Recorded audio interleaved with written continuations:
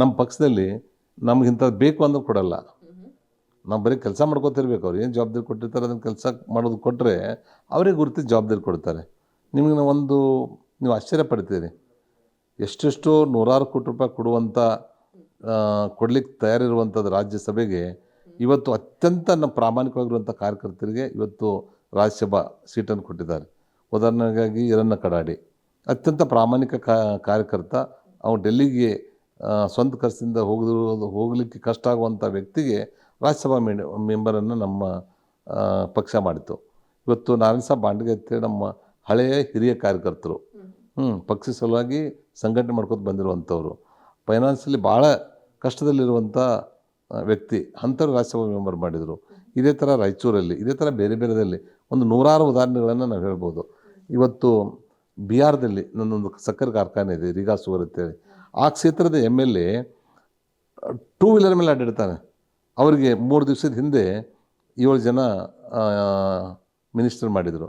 ಅದರಲ್ಲಿ ಮೋತಿಲಾಲ್ ಪ್ರಸಾದ್ ಅನ್ನುವಂಥವ್ರ ಹೆಸರು ಅತ್ಯಂತ ಕಡು ಬಡವ, ಅವನು ಸಹಿತ ಮಿನಿಸ್ಟರ್ ಮಾಡಿದ್ದಾರೆ. ಅಂದರೆ ಅವ್ರು ಯಾವುದೇ ಥರ MLA ಟಿಕೆಟನ್ನು ಬೇಡಿದ ವ್ಯಕ್ತಿ ಅಲ್ಲ, ಅವನು ಮಿನಿಸ್ಟರ್ ಬೇಡಿದ ವ್ಯಕ್ತಿನಲ್ಲ, ಅಂಥವ್ರು ಜವಾಬ್ದಾರಿಯನ್ನು ಕೊಟ್ಟಿದ್ದಾರೆ. ನಾನು ಹೇಳೋದಿಷ್ಟೇ, ನಮಗೇನು ಜವಾಬ್ದಾರಿ ಕೊಟ್ಟಿರ್ತಾರೆ ಪ್ರಾಮಾಣಿಕವಾಗಿ ಕೆಲಸ ಮಾಡಿದರೆ ನಮ್ಮ ಕೆಲಸವನ್ನು ಗುರುತಿಸಿ ಅವ್ರು ಜವಾಬ್ದಾರಿ ಕೊಡ್ತಾರೆ. ನನಗೆ ಮುಖ್ಯಮಂತ್ರಿ ಬೇಕು, ಪ್ರಧಾನಮಂತ್ರಿ ಬೇಕು ಅಂತ ಯಾರ್ಯಾರು ಮಾತಾಡ್ತಾರಲ್ಲ, ಆ ಮಾತಾಡಿದ ಯಾರಿಗೂ ಸಿಗುವಂಥದ್ದಲ್ಲ ಅದು. ನಿರಾಣಿ ಅವರಿಗೆ ಅತೃಪ್ತಿ ಅನ್ನೋದೇ ಇಲ್ವಾ ಹಾಗಂದ್ರೆ? ನೋ, ಯಾಕಂದ್ರೆ ನನಗೆ ಭಾಳ ಸಂತೃಪ್ತಿ ಇದೆ ಪಕ್ಷದಲ್ಲಿ ಕೆಲಸ ಮಾಡಿರುವಂಥದ್ದು. ಯಾಕಂದರೆ ನನಗಿಂತನೂ ಭಾಳಷ್ಟು ಜನ ಸೀನಿಯರು ಬರೀ MLA ಆಗೇ ಉಳಿದ್ರು. 4 ಬಾರಿ 5 ಬಾರಿ MLA ಆಗಿದ್ದರೂ ಸಹಿತ ಅವ್ರು ಮಂತ್ರಿ ಆಗೋದು ಆಗಲಿಲ್ಲ. ನನಗಿಂತ ಹೆಚ್ಚು ಪಕ್ಷದಲ್ಲಿ ಕೆಲಸ ಮಾಡಿರುವಂಥವ್ರು. ಆದರೆ ಪಕ್ಷ ನನಗೆ 5 ಬಾರಿ ನಾನು ಒತ್ತು ಹೊಂದಿದ್ದೀನಿ ಈ ನಮ್ಮ ಕರ್ನಾಟಕ BJP ಸರ್ಕಾರದಲ್ಲಿ. ಸಂತೃಪ್ತಿ ತರಬೇಕು, ಆಸೆ ಇರಬೇಕು, ದುರಾಸೆ ಇರಬಾರ್ದು. ದುರಾಸೆ ಕಡೆ ಹೋಗಲ್ಲ ನಾವು. ಅವ್ರೇನು ನಮ್ಮ ಪಕ್ಷದವ್ರು ಭಾಳ ಮೆಚೂರ್ಡ್ ಇದ್ದಾರೆ. ಇಡೀ ದೇಶನೇ ಜಗತ್ತಿನಲ್ಲಿ ಭಾರತ ದೇಶದ ಕಾಪಿ ಮಾಡುವಂಥದ್ರ ಮಟ್ಟಿಗೆ ಅವ್ರು ಆಡಳಿತವನ್ನು ಕೊಡ್ತಾ ಇದ್ದಾರೆ. ಅಂಥವ್ರಲ್ಲಿ ಎಲ್ಲ ಕಡೆಯೂ ಗುರುತಿಸಿರ್ತಾರೆ. ನಿಮ್ಗೆ ಉದಾಹರಣೆ ಅಂದರೆ ಈಗ ಮೊನ್ನೆ ಹೋದ ವಾರ ರೇಖಾ ಗುಪ್ತಾ, ಯಾರಿಗೆ ಗೊತ್ತಿತ್ತು ಇವರು ಡೆಲ್ಲಿ ಮುಖ್ಯಮಂತ್ರಿಗಳಾಗ್ತಾ ಇದ್ದಾರೆ ಅನ್ನುವಂಥದ್ದನ್ನು? ಹಿಂದೆ ಹರಿಯಾಣ ಮುಖ್ಯಮಂತ್ರಿ ಇರ್ಬೋದು. ನೀವು ಉದಾಹರಣೆ ತಗೊಳ್ಳಿ, ಸರ್ಪ್ರೈಸ್ ಅವರು ಮುಖ್ಯಮಂತ್ರಿಗಳನ್ನು ಮಾಡ್ತಾ ಇರುವಂಥದ್ದು. ಇಲ್ಲ, ನಾವು ನೋಡಿ, ನಮ್ಮ ಕಡೆ ಏನಿದೆ ನಾವು ಪ್ರಯತ್ನ ಮಾಡೋದು ಅಷ್ಟೇ ನಮ್ಮ ಕಡೆ ಇರಬೇಕು. ಫಲ ಮತ್ತು ಇದು ಎಲ್ಲ ಭಗವಂತಗೆ ಬಿಟ್ಕೊಟ್ಟಿರುವಂಥದ್ದು. ಓಕೆ, ಈಗ ಪಂಚಮಶಾಲಿ ಅಂತ ಬಂದರೆ ಮುಖ್ಯಮಂತ್ರಿಗಳು ಅಂತ ಆಯ್ಕೆಗೆ ಏನಾದರೂ ಬಂತು ಅಂತಂದ್ರೆ ನಿಮ್ಮ ಹೆಸರು, ಯತ್ನಾಳ್ ಅವ್ರ ಹೆಸರು, ಇಬ್ಬರಲ್ಲೂ ಒಂದು ಚಟಾಪಟಿ ಇರುತ್ತಾ? ನೋಡಿ, ಅವರು ಯೋಗ್ಯರಿದ್ದಾರೆ, ಅವರು ಹಿರಿತನ ಇದೆ. ಅವ್ರು ನನಗಿಂತ ಮೊದಲು MLA ಆಗಿರುವಂಥವ್ರು, ನನಗಿಂತ ಮೊದಲು ಲೋಕಸಭಾ ಸದಸ್ಯರಾಗಿರುವಂಥವ್ರು. ಯಾಕಂದರೆ ಅವರು ಯಾರು ಆ ಜವಾಬ್ದಾರಿಯನ್ನು ಕೊಡ್ತಿರ್ತಾರೆ, ಅವ್ರು ಯಾರಿಗೇ ಕೊಡಲಿ, ವೀರಸಲಿಂಗಾಯತ್ ಪಂಚಮಸಾಲಿ ಅವ್ರಿಗೆ ಕೊಡಲಿ, ಬೇರೆದವ್ರಿಗೆ ಕೊಡಲಿ, ಅವ್ರು ಗುರುತಿಸಿ ಕೊಟ್ಟಿರ್ತಾರೆ ಅಂದರೆ ಅದನ್ನು ನಾವು ಒಪ್ಕೊಂಡು ಸಂತೋಷದಿಂದ ಅವ್ರಿಗೆ ಹೆಗಲು ಕೊಟ್ಟು ನಾವು ಕೆಲಸ ಮಾಡುವಂಥದ್ದನ್ನು ನಾವು ಜವಾಬ್ದಾರಿಯನ್ನು ನಾವು ರೂಢಿಸ್ಕೋಬೇಕೇ ಹೊರತು ನನಗೆ ಸಿಕ್ಕಿಲ್ಲ ಅಂತೇಳಿ ಅಸಮಾಧಾನ ಮಾಡಿ ಅವ್ರು ನಡೆಯೋರಿಗೆ ಅಡ್ಗಲಾಗುವಂಥದ್ದು ಆಗಬಾರ್ದು. ಅವ್ರಿಗೆ ಕೊಟ್ಟರು ಸಂತೋಷ, ಬೇರೆಯವ್ರು ಯಾರಿಗೆ ಕೊಟ್ಟರು ಸಂತೋಷ. ಅಮಿತ್ ಶಾ ಅವರು ಹಾಗೆ ನಿಮ್ಮ ನಡುವಿನ ಒಡನಾಟ ಮೊದಲು ಹೇಗಿತ್ತು ಅಂತ ನಮ್ಗೆ ಗೊತ್ತಿದೆ. ಈಗ ನೀವು ಮಾಜಿ ಆದರೂ ಕೂಡ ಹಾಗೆ ಇದೆಯಾ ಒಡನಾಟ? ಹೌದು.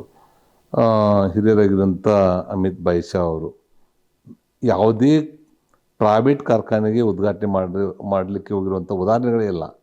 ಆದರೆ ಕರ್ನಾಟಕದಲ್ಲಿ ನಮ್ಮ ಇಥನಾಲ್ ಘಟಕವನ್ನು ಅವರು ಇನಾಗ್ರೇಷನ್ ಬರ್ತಾರೆ ಅಂದಾಗ ಎಲ್ಲ ನಮ್ಮ ಪಕ್ಷದವರು ಬೇರೆ ಪಕ್ಷದವರು ಹುಬ್ಬಾರಿಸಿದರು, ಎಲ್ಲ ಸುಳ್ಳು ಹೇಳ್ತಿದ್ದಾರೆ, ಬರಲಿಕ್ಕಿಲ್ಲ ಅವ್ರು ಅಂತೇಳಿ. ಅವರು ಸರಿಯಾದ ಟೈಮಿಗೆ ಬಂದು ಇನಾಗ್ರೇಷನ್ ಮಾಡಿ ಮಿನಿಮಮ್ 3 ತಾಸು ನಮ್ಮ ಜೊತೆ ಸಮಯ ಕಳೆದು ಒಂದು ಒಳ್ಳೆಯ ರೀತಿಯಿಂದ ಮಾತಾಡಿ ಬೆಂತಟ್ಟಿ ಹೋಗುವಂಥ ಕೆಲಸ ಮಾಡಿದರು. ಅದು ಅಲ್ಲದೆ ನನಗೆ ಬಿಹಾರದಲ್ಲಿ ಮೊನ್ನೆ ಲೋಕಸಭಾ ಚುನಾವಣೆ ಇದ್ದಾಗ ಆ ಭಾಗದ ರೈತರು ನಾವು BJP ಪರವಾಗಿ ನಿಲ್ತೇವೆ, ಆದರೆ ನಮಗೆ ಈ ರೋಗಗ್ರಸ್ತವಾಗಿರುವಂಥ ಸಿಕ್ ಯೂನಿಟ್ಟು ರೀಗಾ ಸುಗರನ್ನು ಪ್ರಾರಂಭ ಮಾಡಿಕೊಡ್ತೀವಿ ಅನ್ನೋಂಥ ಮಾತನ್ನು ಕೊಟ್ಟರೆ, ನಮ್ಮಲ್ಲಿ ಕ್ಯಾನ್ವಸ್ಗೆ ಬರಬೇಡಿ, ನಾವು ಇಡೀ ಒಂದು ಜಿಲ್ಲೆಯಿಂದ ನಾವು ನಿಮ್ಮನ್ನು ಆರಿಸ್ತಿರ್ತೀವಿ ಅನ್ನೋಂಥ ಮಾತನ್ನು ಕೊಟ್ಟಿದ್ದರು.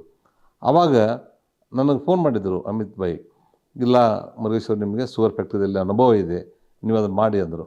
ಅದು ಮಾಡಿದ ತಕ್ಷಣ ನಾನು ತೊಗೊಂಡು 35 ದಿವಸಕ್ಕೆ ಅದನ್ನು ಪ್ರಾರಂಭ ಮಾಡಿದೆ.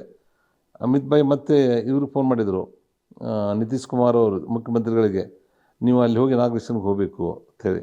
ನಾನು ಕರೆದಿದ್ರೆ ಅವ್ರು ಬರ್ತಾಯಿದ್ರು. ಇಷ್ಟೊಂದು ಜವಾಬ್ದಾರಿ ಇರುವಂಥವ್ರು ಸಣ್ಣ ಸಣ್ಣ ಕೆಲಸಕ್ಕೆ ಅವ್ರು ಡಿಸ್ಟರ್ಬ್ ಮಾಡಬಾರ್ದು ಅನ್ನೋದು ಸಹ ನಾನು ಬಿಟ್ಟೆ. ಅದು ಇನಾಗ್ರೇಷನ್ ನಿತೀಶ್ ಕುಮಾರ್ ಅವ್ರು ಬಂದರು. ನಾನು ತೊಗೊಂಡು ಜವಾಬ್ದಾರಿ ತೊಗೊಂಡು 35 ದಿವಸದಲ್ಲಿ ಅದನ್ನು ಕೆಲಸ ಪ್ರಾರಂಭ ಮಾಡಿಸಿದೆ. ಭಾಳ ಯಶಸ್ವಿಯಾಗಿ ಈ ವರ್ಷ ಕಾರ್ಖಾನೆ ನಡೀತು. ಸಾವಿರಾರು ಜನರಿಗೆ ಉದ್ಯೋಗ ಸಿಕ್ಕಿದೆ. ಇಂಡೈರೆಕ್ಟಾಗಿ 16,000 ಜನರಿಗೆ ಉದ್ಯೋಗ ಸಿಕ್ಕಿದೆ. ಇದರಿಂದ ನನಗೆ ಫೋನ್ ಮಾಡಿದರು ಅಮಿತ್ ಭಾಯ್ ಶಾ ಅವರು. ಇಲ್ಲ, ನಾನು ಚುನಾವಣೆಯಲ್ಲಿ ಮಾತು ಕೊಟ್ಟಿದ್ದೆ ಮತ್ತು ನಿಮಗೆ ಫೋನ್ ಮಾಡಿದ ತಕ್ಷಣ ನನ್ನ ಮಾತನ್ನು ಉಳಿಸಿದ್ದೀರಿ. ಅದ್ರ ಸಲುವಾಗಿ ನಾನು ನಿಮಗೆ ಶುಭಕಾಮನೆಯನ್ನು ಹೇಳ್ತೇನೆ ಅನ್ನುವಂಥ ಮಾತನ್ನು ಡೆಲ್ಲಿದಿಂದ ಹೇಳಿದರು. ನಾನು ಅವ್ರಿಗೇನು ಫೋನ್ ಮಾಡಿರಲಿಲ್ಲ.